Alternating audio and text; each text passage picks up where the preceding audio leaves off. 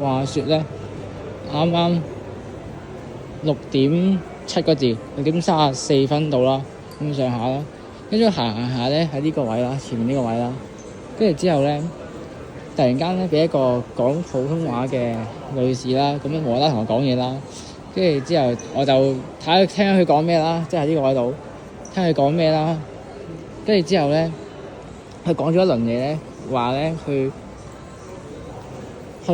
揾緊個地方搭車。跟住之後咧，其實佢係想去呢個咩尖沙咀嘅唔知邊度嘅。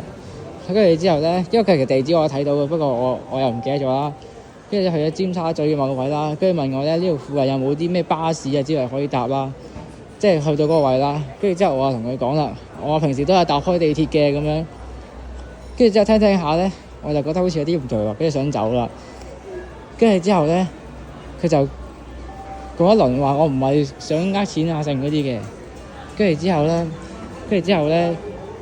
跟住我想走嘅時候啦，跟住之後咧，佢後面咧，我聽到佢再講多句咧，佢想問我借錢搭車嘅。